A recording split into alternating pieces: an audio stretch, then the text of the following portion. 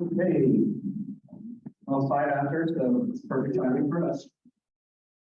Thank you all for being here. Welcome to the November meeting of the Big One Watershed Committee. Thank you all for making the trip this blustery day. Did we get the precip report? Can you pull that up? I did not review the precip report. Matt Nover is not here with us today, we don't think. No, thanks to all of y'all on Zoom for joining. Appreciate it. I'm just going to pull out the precip report and I'm going to read it along with you because probably shouldn't say too much surprise, but all stream gauges on the big hole are either reporting ice conditions or seasonal status. So there's ice up on the river, precip in the big hole currently slightly above median values, so it's 109%, tracking better than last year, slightly below the 2021 water year. Still too early for these percentages to really mean anything. And we'll kind of see where that's tracking. Where we are for this water year, just beginning. Snowpacks 138% of median. End of October, November have been favorable. The snowpack accumulation for this time of year, obviously don't read too much into that. Mid-elevation data can skew these numbers. It's nice to see snow on the ground. Calvert Creek elevation 6430 is currently reporting 1.4 inches of sweep, and the median value for November 16th is 0.4. So 350% at that middle elevation. Higher elevation sites also reporting higher than normal, but not as inflated as lower elevation sites. So there's our different snowtail locations, give you an idea. And then the graphs and that Ipsami Swede thing that I don't understand. 6 to 10 day outlook predicts average to slightly below average temps and slightly above average precip.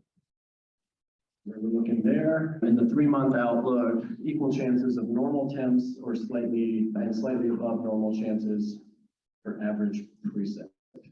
So, I don't know what more can't read a whole lot into that. 76% chance of La Nina during the northern hemisphere winter, December and February, with a transition to enso neutral favored in February to April. So that would be a three-peat La Nina for this winter, which is kind of very rare to have 3 La Ninas in a row, from what I remember tonight. Okay. Hope there's no questions because I probably can't answer them.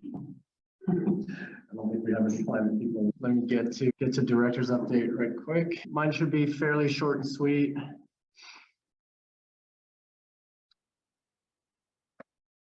One of the main things that popped up since last month is the announcement that litigants are intending to sue again on the grayling. I guess that was inevitable, came a little earlier than I would have wanted, considering we just started stocking the whole French Creek drainage with native fish. 3 years from now, hopefully there would be a population there that helps boost the number of overall grayling.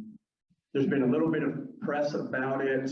We were under the gun to respond when we first heard of the announcement. We only had a few hours to put it together, and I was preparing for 2 meetings abroad.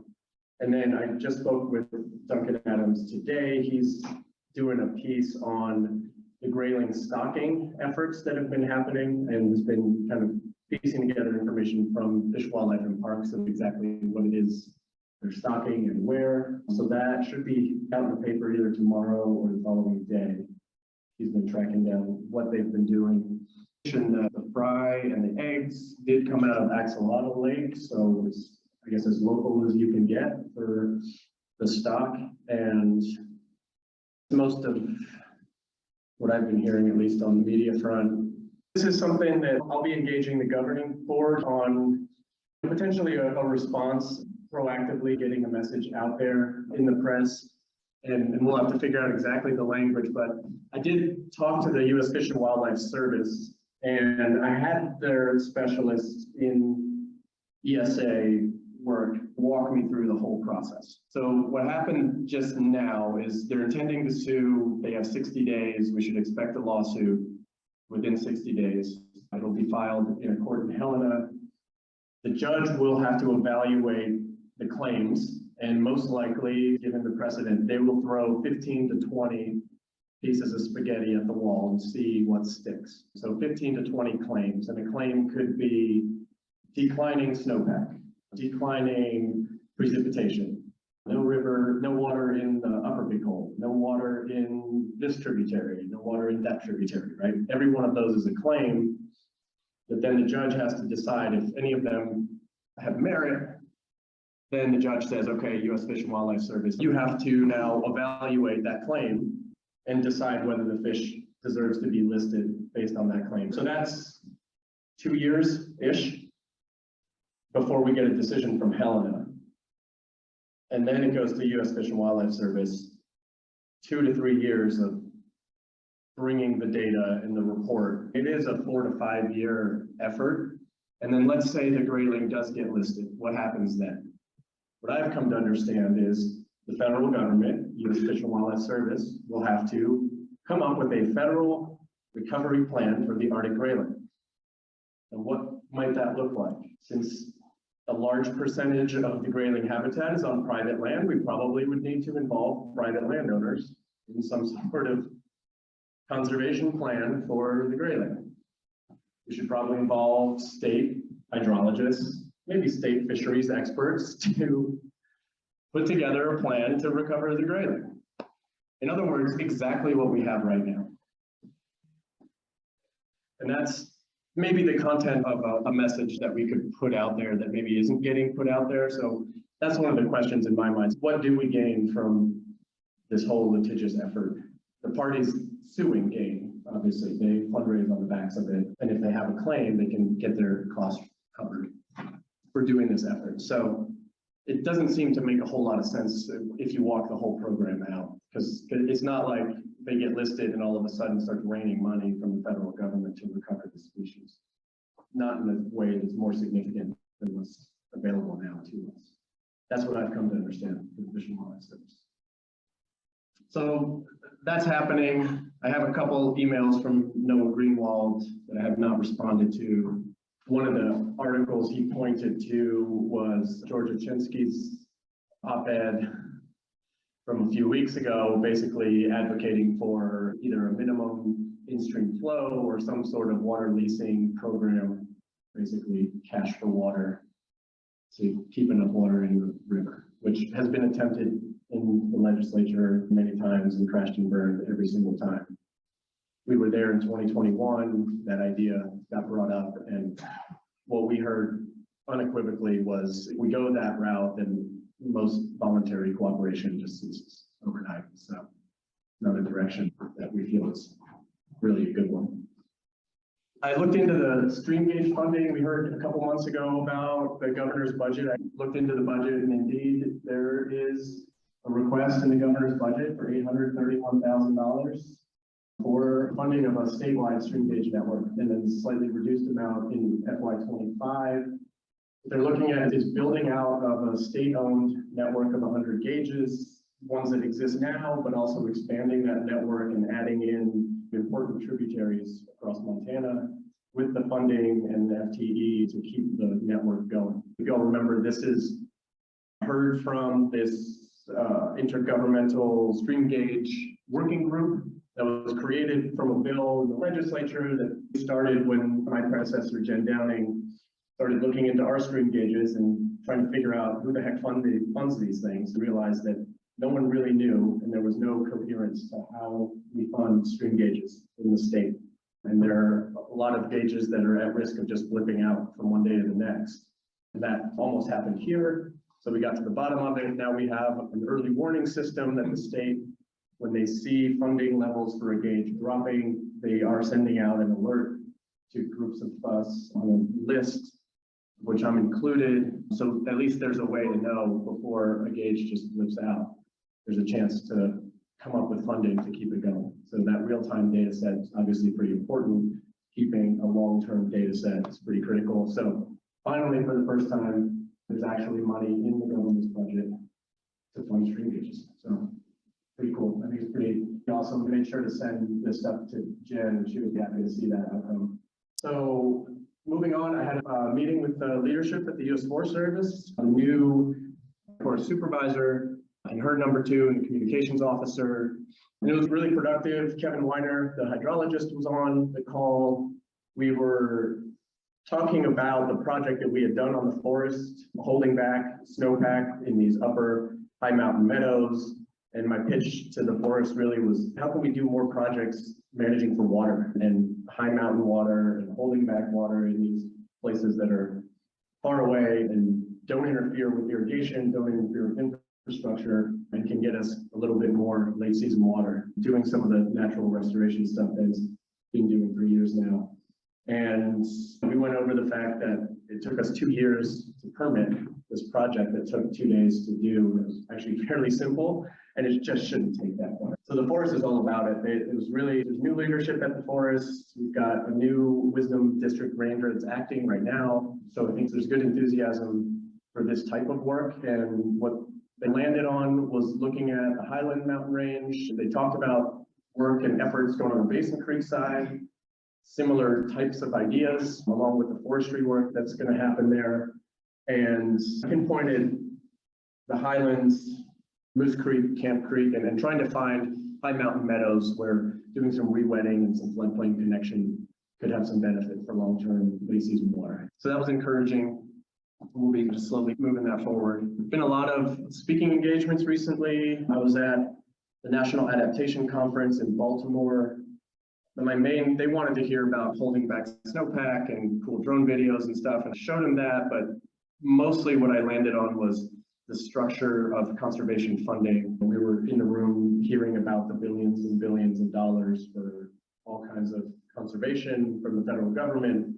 But by the time it gets to the ground, it comes in a trickle, and it's really not enough to get the scale of the work done that needs to be done. So that was encouraging to see that message actually was well received from a number of agency folks. Got to make some good connections with funders. Met the guy from Doris Duke charitable foundation that runs their entire environmental program, funds the WCS climate adaptation program funds. So some good connections were made there. And then from there, I went to Albany County, to Laramie, Wyoming, and spoke to the stock growers group. And they were really interested in our on-farm or just on-ranch techniques, the holding back snowpack stuff that we do. So we talked about that at length.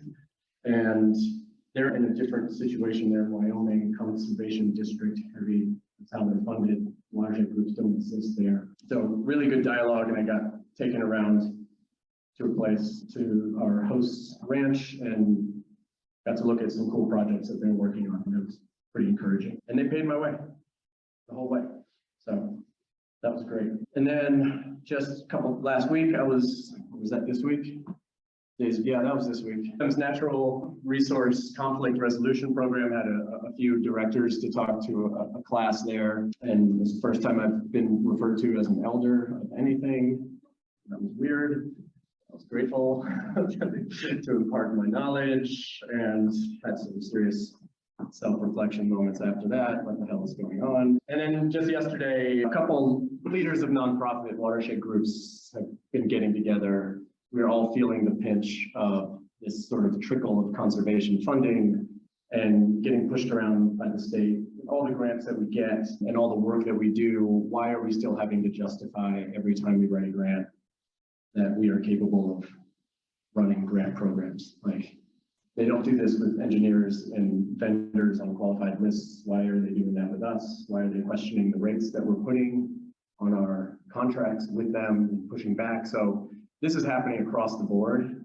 And so it almost feels like we're trying to create a union or something, but it's trying to create a collective voice among nonprofit watershed groups to set the bar and set our value, and have the state and everyone else understand the value of what we do and putting their money where their mouth is. I'm getting pretty aggressive about this stuff.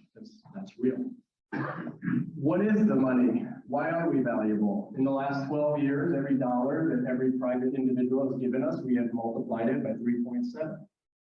In the last 6 years, that number has been 5.1. That's a pretty damn good multiplier. So I'll be running with this message for quite a while because I think it tells the story and makes an impact. That's every dollar, every one of those 5.1x grant dollars is usually 80% going to contractors, engineers, folks that are actually doing the work on the ground. And that includes incentive payments also to the ranchers that we did with that program a couple years ago. So Pedro asked me today to add some information about our outreach and communications and fundraising efforts along with the wildlife report. So I put together some quick information. We just finished our fall 2022 newsletter and sent it to the printer. So that should be hitting field boxes, and then it usually takes them a couple of weeks to get printed. And then we'll share it electronically as well. And that kind of gives updates on all our activities since the spring newsletter. That's a pretty big effort. As far as social media, Pedro and I have been participating in a training in Patagonia to ramp up our social media communications efforts. I've been learning about personas, which is basically like a profile of your followers, different profiles. It just gives you a better idea of who's watching us on social media and how to speak to them better. And then I've been looking into our YouTube videos too. We've got some really great videos up there, but I think we could do a little bit better calls to action at the end of those videos. I've been looking into that. Planning and scheduling our 2023 monthly meetings, and then prepping for our annual drought review meeting, which I have a date for you, but I know we plan up in December. As finances and fundraising, Pedro mentioned that we didn't get one of the grants we applied for, which was the REGP planning grant for water storage, but we're going to keep looking for other funding sources for that project. We did get funded by REGP planning for Elkhorn. We got $50,000 for Elkhorn to do that work. We also just got $10,000 from Patagonia, which is capacity support for our organization, and working on putting together a proposal now for NWCC capacity funding. Our donations in 2022, we've already brought in just over $50,000, and our fall newsletter and our annual appeal for the end of the year bring in a good portion of our donations too. So and just in the last 30 days, we've run about $500. And then the maps, which we've been talking about for the last few months, we sold 41 maps and we generated just over $2,500 for our conservation fund. And we do have a couple more of them left here in the closet. And Brady is looking to get one. They're $25 if you pick them up in person, or you can order them online. And wildlife, I don't have a whole lot for wildlife. The range rider program ends September 30th. So we're prepping now for our 2023 carcass removal season. It will run March 1st through May 30th, available to all Big Hole Valley ranchers. Carcasses are hauled to our compost site in Wisdom. And we just paid our $150 annual lease fee for that, and we're just planning and prepping for the upcoming season.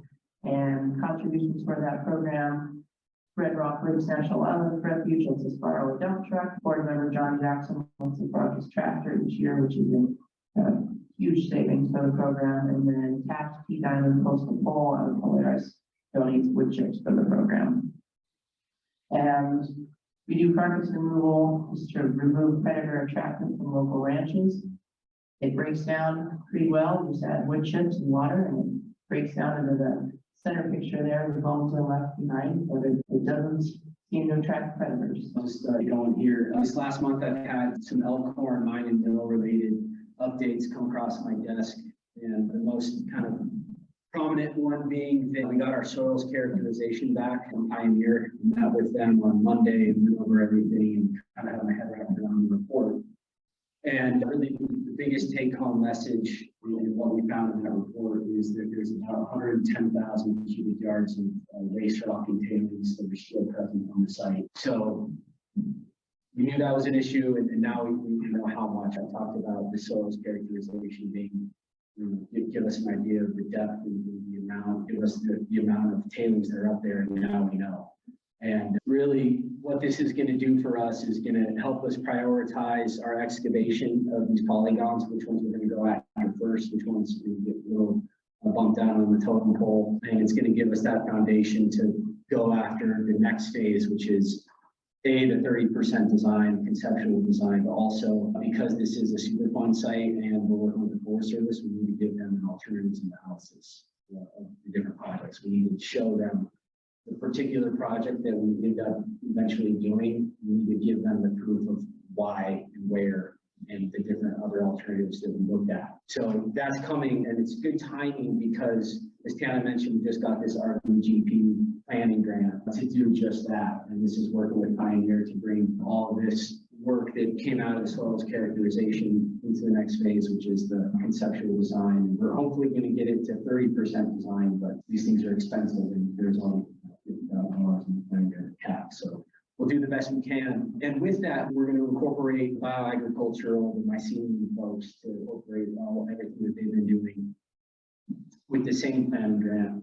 Hopefully incorporate that into the design and the final remediation and reformation of the site. I threw up this table just to give you guys an idea of this soils characterization. It's 358 pages, but to boil it down, they basically looked at 4 sites. They included the waste rock dump, and I'll show you guys what that looks like here in some slides. But around the mill, there's about 6,800 cubic yards of tailings present. On the floodplain below that mill, there's 4,800 cubic yards. Around the 1,000 foot level added, there's about 1,200 cubic yards. This waste rock dump, they included that in the full suite, the final estimate, but that's 75,000 cubic yards of tailings. And then the upper area camp, basically a 300 level foot added, there's 22,000. So see if I can move the next slide. I wanted to give you guys a visual of what this looks like. This is around the mill, and I actually have all these maps printed out back here. I think you guys should, if you're interested, take a look because you're interesting. Can't really see it here. Working with the Forest Service and Pioneer, we know what we want to see on the landscape as far as soils and the exceedance of those metals. And that's on this left-hand table here in all these figures. And around the mill, we're like way high. We're exponentially higher than these cleanup goals for arsenic, copper, lead, and zinc. They were getting hits of 20,000 parts per billion of zinc around the mill site, where we really want to be seeing closer to 400. So it's ridiculously high. We know that this mill site is something that we're going to have to really look into. There's a lot of cultural resources issues that we're going to have to figure out as we go through this project as well. This is below the floodplain. So all these blue polygons here where the Pioneer did their characterization work, this is where the hot soils still exist on the landscape. All these are really hot, really high in metals, and they're leaching those metals right into Elkhorn Creek there. That's the area that the forest had previously. Yeah, correct. Yeah, in the early 2000s, there were the multi-phase project going on here. This was a heaping mound of tailings. This is the mill site here. Now it's pretty dilapidated looking, but there's piles of tailings all throughout here. They did a pretty good job. They got a good majority out of it, but there's still just under 5,000 cubic yards still there. What this really looks like, guys, is digging out all these pockets of tailings and then placing clean dirt back there. Been doing this for a while around Montana. This is that waste rock dump pile. This is that 75,000 cubic yards of material. This is still on the landscape because this is deemed culturally significant with all the historical folks in SHPO. This supposedly helps folks understand the story of what happened. This was a waste rock dump, and they tried to clean it up and divert water around it, but this thing is leaching a ton of groundwater right through it, and it's popping out down here and it's going straight into the creek. So all these polygons are hot, plus there's this waste rock dump too. So something that we're looking at now and I'll look at this winter is to start talking to the archaeologist who's very familiar with this site and start talking about how we proceed with getting through these cultural hoops. The other thing that we need to think about too is where are we going to put all this material? There was a repository that they used in the early 2000s when they did the first cleanup. What's the capacity of that repository? Can it fit everything that we want, all the stuff that we want to fit in there? If not, where are we going to build a new one? Where is it? It's just northwest of this, about 2 miles away. I forget the Forest Service road, but when you turn into Coolidge from the Civic Drive and you drive into Coolidge, it's fairly close after you turn, you go past Mono Creek Campground, if you're familiar with that switch, but yeah, it's quite downstream. It's a high and dry place, and from my understanding, that was like really the only good place for a repository at the time. So we're gonna run into the same issues that they ran into in 20 years ago. Very purpose. It's 15 miles away. Yeah. They use kind of 6 miles as the, I don't know the threshold. yeah, it's the, when it's comfortable, anything over 6 miles away for the amount of hauling that has to happen, it kind of exponentially increases the cost of the project. So they try to keep it within short haul distance. That's a lot of diesel. If we want to, yeah.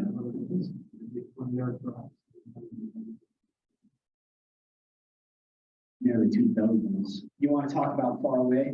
This upper canyon. Yeah, this is very far away, and there's no creek adjacent to it or right below it. And what they actually found here, you can't see these numbers, you can look back there, but these numbers and the metals in the soil up here and in the tailings, they're way lower than around the middle of the floodplain. So when we talk about prioritization, this one might get bumped down just because of how far away it is, and it's not too big of an issue right now as far as water quality and kind of human health standards. So there's that upper camp. It's, You walk straight uphill. if you walk straight uphill, it's pretty quick. It's 800 feet above the attic, but then you have to get there by truck. You have to go 10 miles an hour. It's really rugged dirt road, which would cost a ton just to improve the road, just to get up there and clean out all the soils. And it's really steep. I don't think we're going to open up this bag of worms, the upper area. So other happenings, guys, we finished our 2020 Wise River monitoring. That's complete. Barely pulled that off. We still have one more gauge to pick up, but it will get done. And this is just an example of what we want to do with this data. I got this graph from one of our data loggers. This is on the main stem big hole below Jerry Creek. This is main stem big hole just above trout fitters. Nothing really to speak on yet. This looks like what you would expect to see, right? We put these in about May, so temperatures rising in around June and August and then coming back down, right? But when you look at all the data that we collected over the last season, as a whole, we're going to engage real professionals to help us out with this. We'll be able to hopefully put together the picture a little bit. So happy to have that mostly complete. I've also been working on the final report for our Upper French Gulch Fish Passage project. That's a deliverable that DNRC wants to see. I've been working on the project for 2.5 years now, so I want to make the final report nice and pretty. Show them that all the money that they spent and our partners have spent, they went to a good cause. So that is something keeping me busy. Talk a little bit about how that ended up and the contributions. Absolutely. Yeah, I gave you guys an update a couple of months ago. We hit a rock vein that was unexpected right in the alignment of our project. This was unknown. We didn't do any test pits. We just crossed our fingers and knocked on wood that we wouldn't hit any major rock. And long story short, about halfway through the project, we hit a major hard rock vein that our equipment couldn't get. When that happened, my stress level went up quite a bit and had some heart race because I knew that we were going to be short on some money. This was going to be an expensive thing to fix. Really what we decided on was to bring in a hydraulic jackhammer and basically pound out all that rock.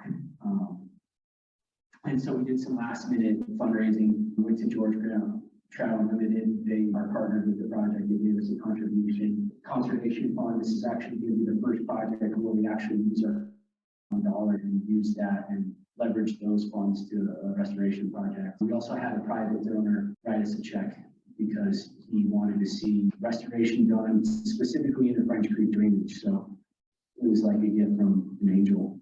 That check was, it couldn't have been perfect time. And then what else? We had some other.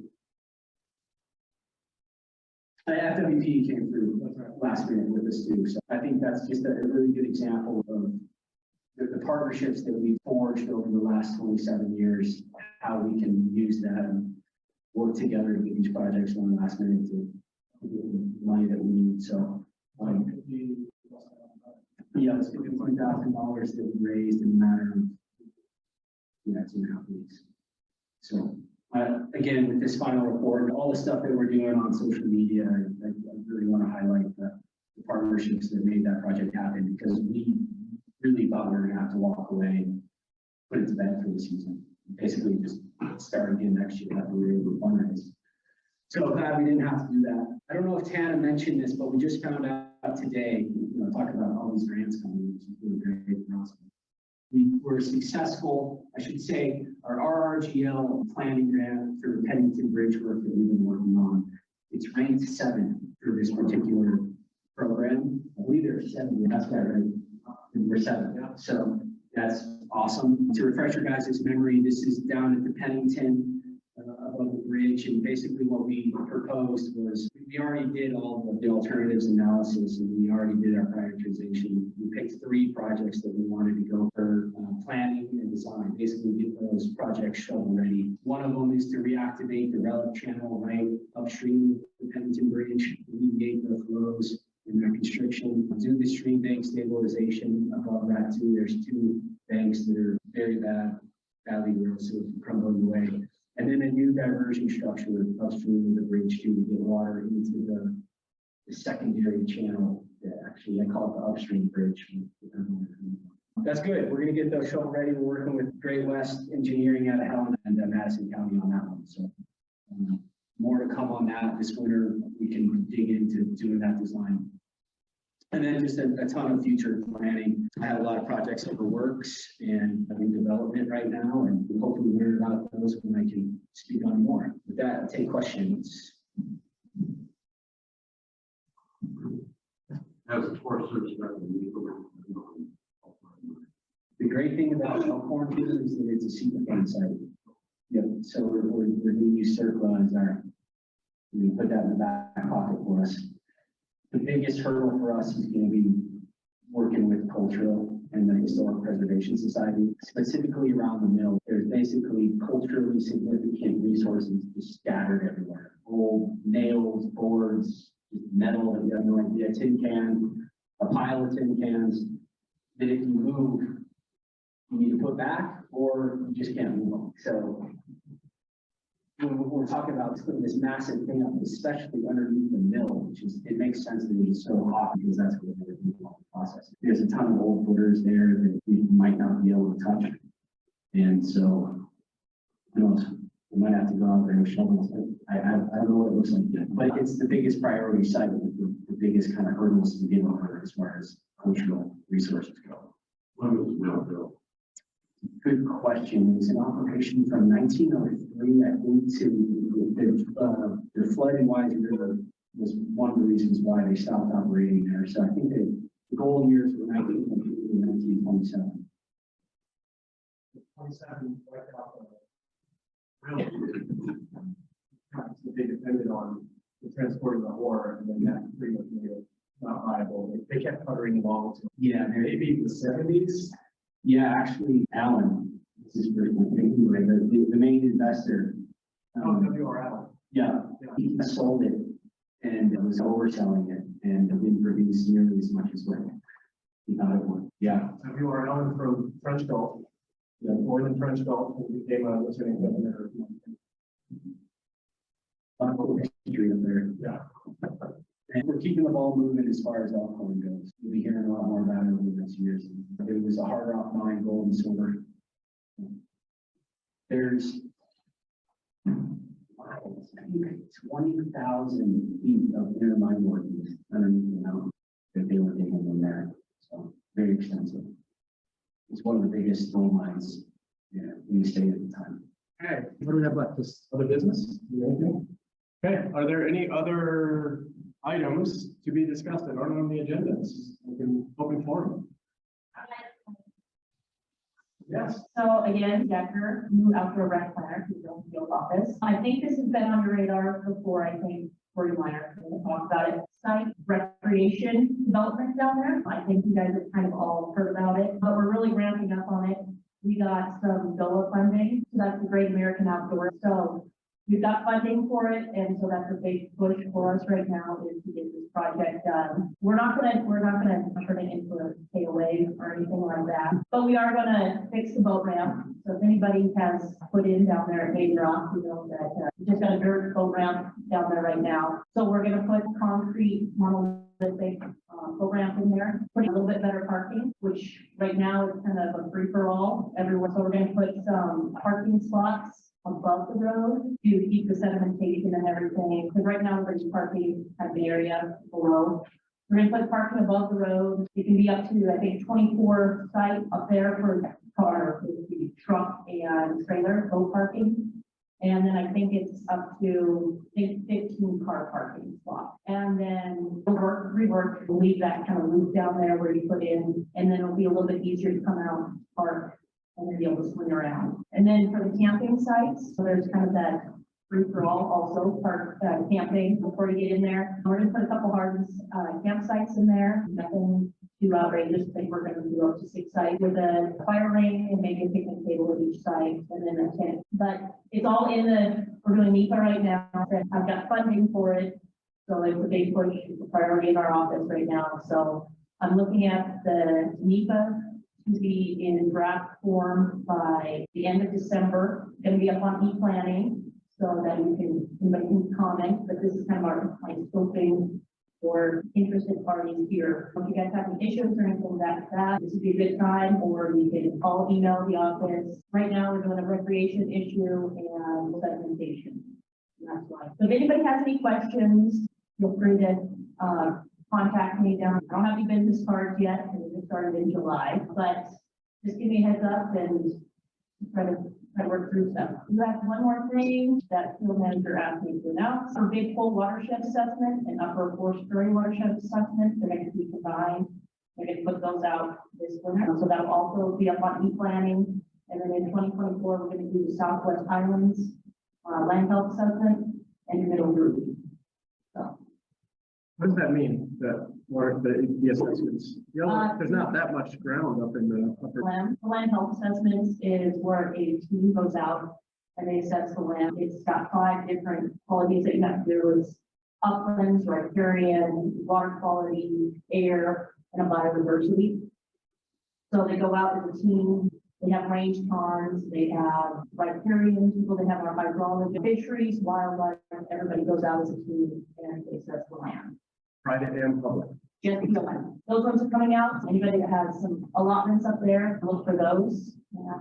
That's about it. If you have any questions, you can throw it my way. You know, work on the road too, in that. It's one of my favorite.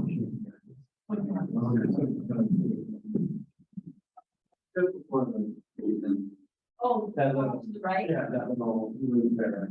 Yeah, stamping spot there? Yeah. I didn't think you were road sucking is usually how I get in camp spot.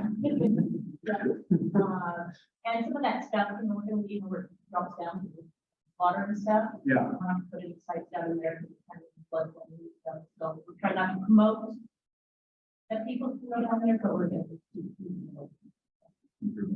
Yep. Great, thank you. Yeah. You're welcome, thanks for coming. Anyway, anything else for the good of the order, or we'll take a quick break and then we'll be back. Go grab some coffee, have a good conversation. We'll see you in 10, 15 minutes. Okay. My name is Ginette Abdo from the Bureau of Mines, Montana Bureau of Mines and Geology. So thanks for having us here. I see some familiar faces that I haven't seen in a long time. As Pedro was saying, my name is Ginette and I work for the Montana Bureau of Mines and Geology. And I thought I'd take a few minutes before Ron Breitmeyer talked a little bit about the work that we're doing over in the Glen area. So for those of you who don't know, the Montana Bureau of Mines and Geology is the State Geologic Survey. So we do geologic mapping, mineral, energy, and water resources. And that means that we're non-regulatory, which is, I think, a good thing. And we're also a department of Montana Tech. We don't teach, but we do applied research. So the program that we work for is called the Groundwater Investigation Program. And let me see here.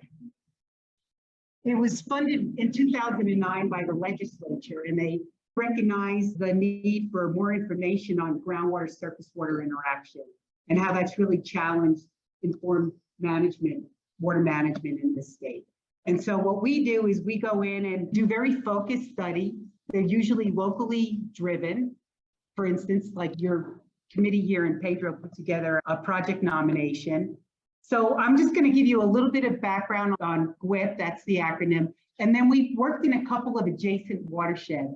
And I just have a couple slides to give you an idea of the kinds of the work that we did in the Upper Jeff and Virginia City, and just so that you don't feel like we just picked on you. This is a map of all the projects that we've worked on since the program started. These red areas here, Eureka, Billings, down in Edgar, and then the Big Hole, I think that in an irrigation recharge project. Those are the projects that were nominated to the program in just last year. We began work in 2022. It's very easy to submit a project nomination. We do not choose what we work on. We have a groundwater steering committee who prioritizes the project. And anyone can submit a project. So I think it's a great program, and it's not complicated to put together a nomination. So you've been through the gamut of a lot of different funding agencies, so it was pretty easy. So in the Billings area, we're working, the city of Billings proposed that project, and they're concerned about this thin alluvial aquifer. It's only about 30 feet thick. And as growth in Billings areas extending beyond the public water supply system, they have concerns about that water being able to keep up with the increase in domestic and commercial growth that's going on in the area. In Eureka, it's a groundwater surface water interaction project where actually it was submitted by the concerned citizens of Eureka. And there's some contention with the Tobacco River up there and water rights. And so we're just in there to understand how the aquifers are connected and how they affect the surface water in Eureka. And then Ron will talk about the Big Hole, and we have another project that's actually, I think it's a pretty cool project down in Edgar. We're using another test site here in the Big Hole in Melrose, looking at irrigation recharge and the fate of that water as it migrates through the zone above the groundwater. We're used to looking just at the groundwater, we ignore everything above that, but we're taking a closer look at that. So those are the projects that we just starting. But I just have a few slides I want to talk about. First, the Upper Jefferson, and then the Dillon area, which was one of our first projects. And then down in Virginia City, that one we just published a report on the springs there that supply their public water supply. So just to give you a feel for the kinds of work that we do. So in the Upper Jefferson River, this was proposed by the Jefferson River Watershed Council. And boy, this was a big study area. It extended from Cardwell all the way south of Waterloo, which is about 13 miles south of Whitehall. And I'm just going to talk for a minute about the Waterloo area because it was irrigation related. They had some concerns about Parsons Slough and Willow Spring, and they're both groundwater fed. They're tributaries to the Jefferson River. And not only do they supply flow to the Jefferson River, but they provide cool water temperatures for fishing. And so we were asked to kind of look at, if we did some irrigation changes in this area, how might that affect flow, not only in Willow Springs and Parsons Slough, but in the Jefferson River. We just have, like I said, this is just like a real quick flash by. So this is Waterloo. Again, Whitehall is about 13 miles north. Jefferson River, they've got the Parrot Canal, which I'm sure you guys have heard of Parrot Canal. And this was a fairly small study area that we actually collected some detailed data. And then we put together a groundwater flow model. And we use that a lot in the work that we do. We'll be building a model here in the Glen area. And these models are built on field data and what we know about the system. And they simulate the hydrogeology. And once we calibrate it to the data that we collect, we're able to use them as a tool to help make predictions on how, if we change land use, how might that affect the system, groundwater and surface water. So anyway, so we collected the data we needed, Parrot Canal and along Creekland Canal. You know what, when we go out and we want to measure water canal discharge, it's mainly because that's a source of recharge to the groundwater. And what we want to do is get a handle of what's coming into these areas and what's flowing out of it. Just as an example, so this is the aerial photograph. This is these colored blobs or whatever you want to call them are basically different methods of irrigation. And so once we put together and had this groundwater flow model, some of the questions that came up as an example were what would happen if we lined it. It's more efficient if you line ditches. You're not losing that water during conveyance. That was just one of the scenarios we ran. And what we found is what you might expect, because these ditches and they lose, a lot of them lose water, and that lost water is really gains to the groundwater, is that there was a reduction in stream flow in the Jefferson River right around in here of about 18 CFS. Now these are not like hard, fast numbers. These are predictions. And then another scenario that we ran was looking at these yellow areas here along the river are areas that are flood irrigated. So flood irrigated, it's not a very efficient form of irrigation, but yet it's been shown to be a driver in these systems, a good source of recharge.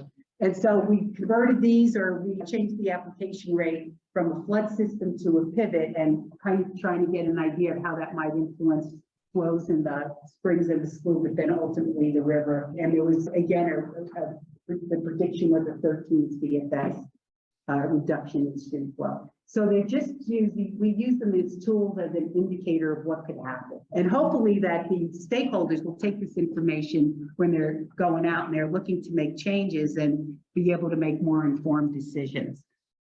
Is that a particular time frame when you see that CFS reduction? Is this like a late summer? Oh, I didn't really get it. Yeah, it was like August stream flows, and the model predicts like 20 years out. This was like after 20 years, if you made this change, what would it look like? And it was in August of that year. It was low stream, during low stream flow. So that kind of thing. I wanted to throw this slide in. The Beaverhead, the work that we did here was one of the first projects we worked on.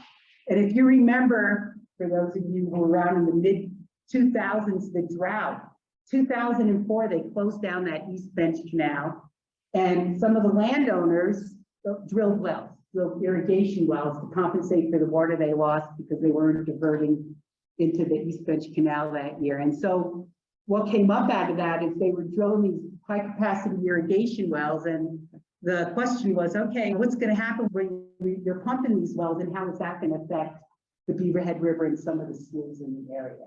We call that stream depletion, right? Because, you know, groundwater and surface water are connected. So if you start pumping, that cone of depression from those water levels that drop down in a pumping well can reach out to some of these surface water bodies. And what we did was we developed a water budget for that area, right? So when I say water budget, it's an accounting of what's going in as recharge and what's going out or discharging from the system. And we actually found that this was in 2010, we did this water budget.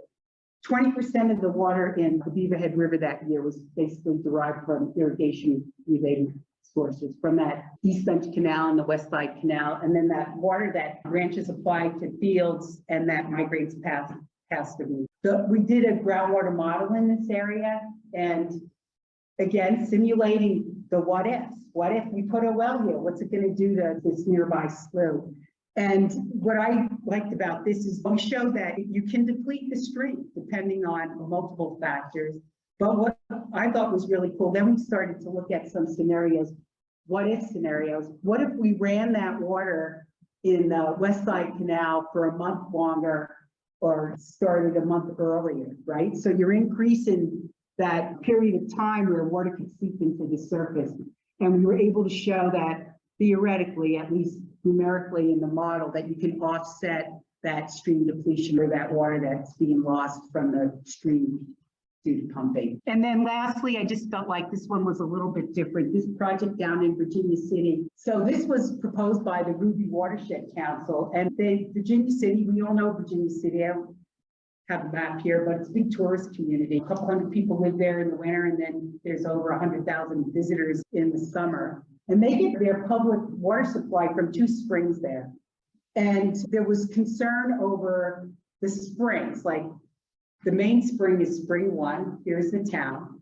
And if spring one, something happened to it.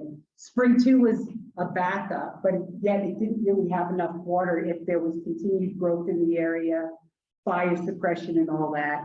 And so we were asked to go in there and look at the hydrogeology behind the system and look at the spring's recharge area and also some alternative water sources other than the springs. Anyway, so it was interesting in that we did do a evaluation. We did some drilling and tested the aquifer. And what we were able to delineate was this is the 2 springs, spring 1 and spring 2. This brown area here is the recharge area that we were able to determine from the physical, we knew the physical system. We did some water sampling to look at the chemistry. These springs emanate from this volcanic flow. We found that the springs are a perch system, so they weren't really connected to the deep regional groundwater flow system. And this brown area here, it's about 750 acres. That's what we determined was the recharge area for the 2 springs. The reason why I'm showing this is because I know you guys have, well, no, you don't have, do you do source water protection plans for surface water sources of public water supplies? I was talking about source water protection, whatever we use lines are not on the river, but on our deposits, our reservoirs. Oh, okay. They were classified, before we built the water treatment plant, they were classified as equals. Yeah. Yeah, so the Virginia City folks, they did that. The first plan they developed was in 2000 and then a follow-up in 2016. This was their source water protection area, 25 square miles. And I guess maybe I'm patting us on the head. We were able to go in there and provide more detailed information. And now they're looking at revising their plan for 750 acres, a lot more manageable than trying to manage a 25 square mile area.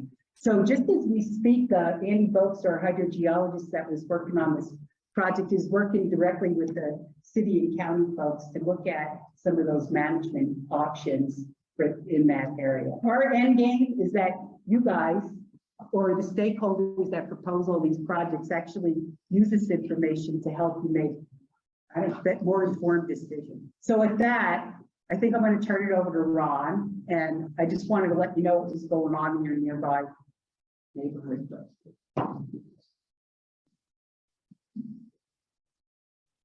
Thanks. I should have let Ginette talk the whole time because it was much easier watching them talking. Specifically for the project that focuses on the big, and I promise this is the wordiest slide because this is the intro of the project. So we'll be primarily working in Glen. A way to think about it is the run of river between the USGS stage or USGS stream gauge at the Costa Bridge down to the one just below the notch. Those kind of where we'll be working. This project was proposed by the Big Hole Watershed Committee in 2021 to improve knowledge of the groundwater surface water interactions in this part of the Big Hole. And also to understand how those interactions are affecting river temperatures, because river temperature is a big deal, as you all know, on the Big Hole. And it's also a new thing for us, which makes it a really interesting project, because looking at temperature transport's kind of a new thing. So the Big Hole River supports an important recreational economy and also a very important agricultural economy. And that irrigated agriculture actually has a lot of potential to supply groundwater recharge back to the river, as we've shown in the Jefferson Basin and also in the Beaverhead. And so that return has potential mitigating effects on temperature changes and the potential to support late season flows in the river. So better understanding how the system works and having a better knowledge of the hydrogeology in general can help guide irrigation practices and how the system's managed to the better benefit of the river and the whole system. So the project area, like I described, stretches between the 2 USGS gauges in terms of the length of the river. And then it encompasses the lowland valley around the river up to the breaks of slope that you see on the edges delineated by this outline here. This is our preliminary project boundary. It will likely shift around a little bit as we gain more knowledge of the geology and the hydrogeology of the system. We'll be focusing mainly on the lower valley area surrounding the river, with likely having to go up some of the tributary creeks and collect some flow and water level data as well as we run through the project. So this is where we'll primarily be working and collecting water levels, flows along the river, flows in some of the ditches and canals where possible, and then ultimately putting together some reports and models. So how this project will go, hopefully, if everything runs smoothly. Over this first year, we started in late summer, early fall of 2022. So we'll be getting our monitoring network in place, where we're going to collect data, what kind of data we're going to collect, putting in infrastructure where we need to. So if we have to put any new monitoring wells in to collect more data, where we need to collect flows in either the river, tributaries, or ditches, and then also measuring, imaging the stream temperatures. And I'll talk about what that means here in a second, and install head monitoring in the river so that we can actually look at how the river levels are relating to groundwater in the area. And then over the next year, we'll be building a water budget, which is an accounting of all the water in and out of this part of the system. So we'll do a conceptual, which is understanding and estimating the flows and the local hydrology, and then we'll do a numerical model of it, which is a quantitative detailed simulation of the groundwater system that ultimately becomes that tool that Ginette was talking about that we can use. And then we can run scenario simulations using that numerical model to look at potential effects on groundwater recharge associated with different irrigation strategies, different timing, a lot of different things that we want to consider, potential changes in the future we can simulate with that model, provided the model's built strong enough and robust enough, which is only possible by collecting a lot of good field data. And then ultimately, all this will be published in reports that will be available through the MDMG. So what this looks like and what you'll see us doing a little bit is groundwater monitoring. So we'll be out collecting water levels in as many wells as we can get a hold of in the area. We'll be doing some surface water monitoring, either measuring water levels using a staff gauge, which is that ruler thing on the left, measuring flows, which has us going out and standing in the river with a device to measure how fast the water is moving in a cross section. We're going to do something new on this project that we haven't done in the program before, which is thermal imaging along the banks of the river to see if we can find where groundwater is seeping in to the river. Because groundwater at certain times of the year has a distinctly different temperature than the river water. So we can actually see that with some high performance cameras and imaging. And then we, as a program, do a lot of drilling and installation on a lot of our projects. We'll probably be doing some of that as well. So what we do with that data, the groundwater level collection helps us understand where the water is going and how it recharges in the system and when it gets in. This is an example of a project that we did and we're still working on finishing up. Just looking at different times of year water levels and how that affects flow in a valley river system.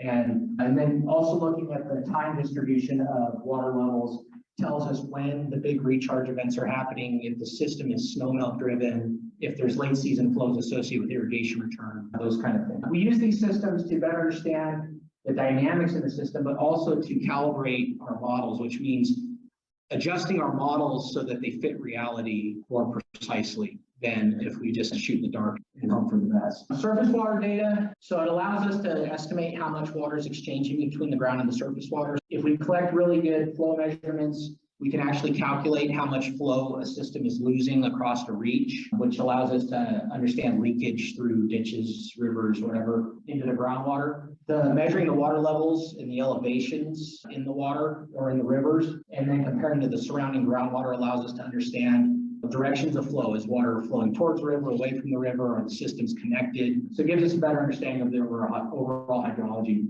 And if we can establish those connections, we can also build a better water budget. So better understanding of how much water is exchanging between surface water, groundwater, and what the ultimate fate of that water is in the system. And then this all feeds back into our models as well to better constrain the results that we get from that.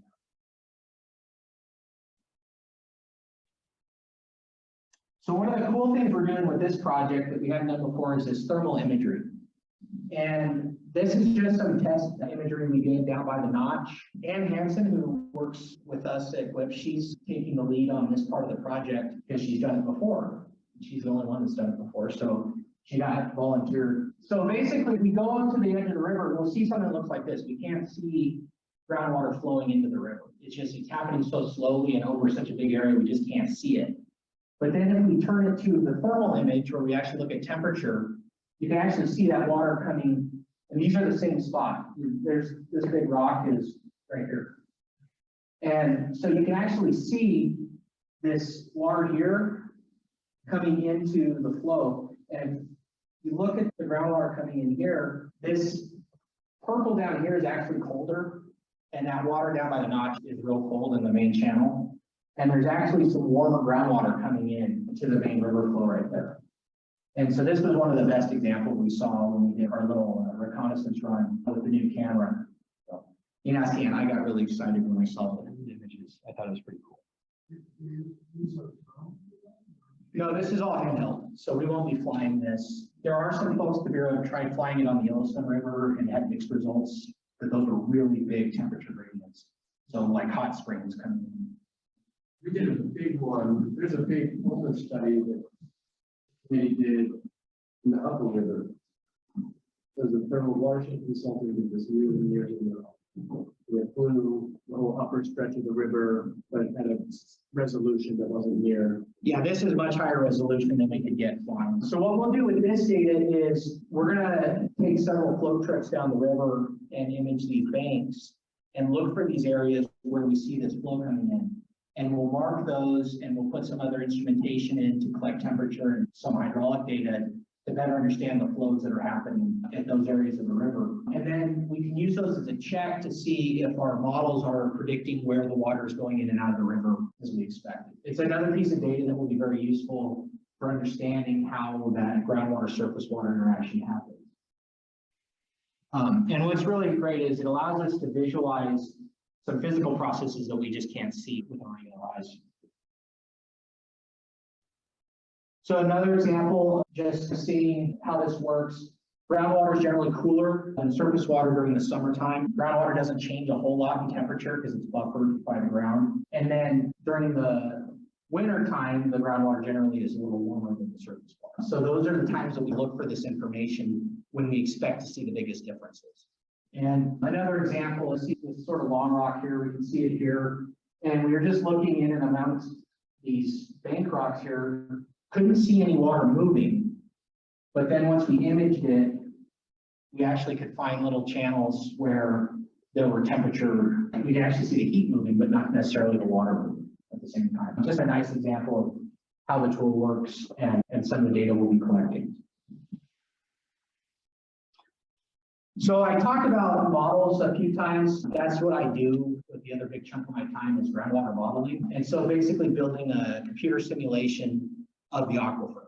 And this is an example of what they look like on computer screen. So we build a three-dimensional model of the aquifer with all the surface water features and other wells and sources that may exist in the system. And then we run the model and it puts out things like a head profile, water table map, and it gives us a water budget. So it tells us how much water the rivers are gaining, how much water the rivers are losing. And we can adjust inputs and outputs to this system just by changing some numbers in the computer system. That allows us to simulate scenarios where we change the amount of water applied, when it's applied, and those kind of things, which is what makes it such a nice tool.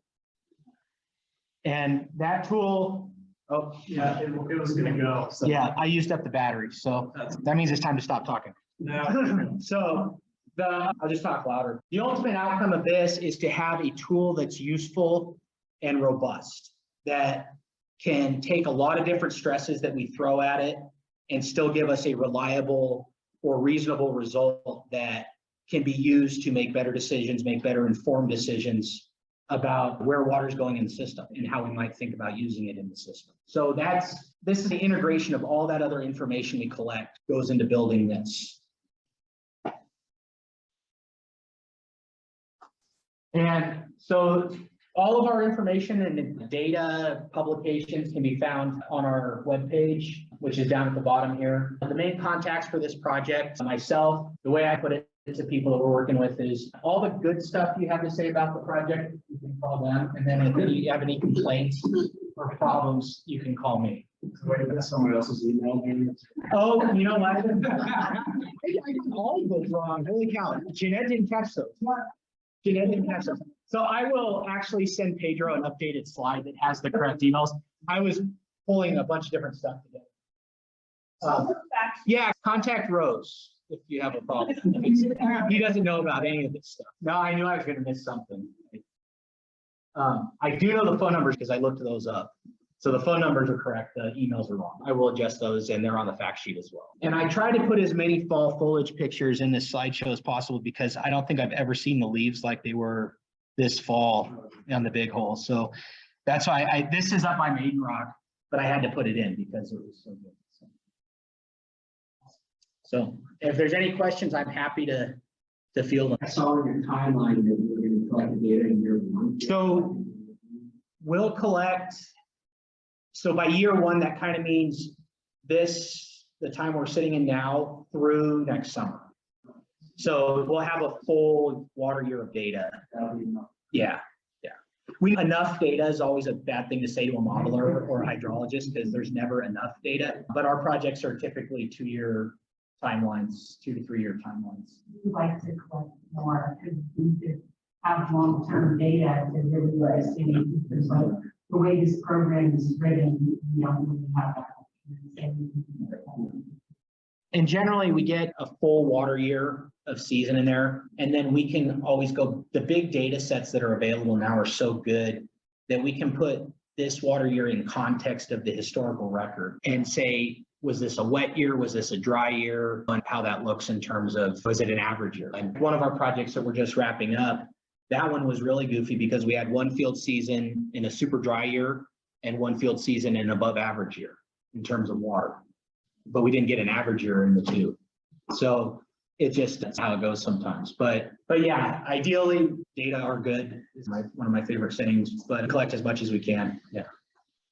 Yeah, I think it's very interesting, valuable. I wish you could do it on. You can write project submissions every 2 years, right? So 3 years, 3 cycles. Another thing that we're running, we think about was, we talk about running those scenarios. That's where we need to engage you guys, right? Especially the landowners down there. Like, what kinds of things might you see in the future, or that you've been thinking about on the property that you own, kind of changes you're thinking about? And this is a way to make it more realistic for more living, I should say, than just like coming up with, oh, let's just change the field to this.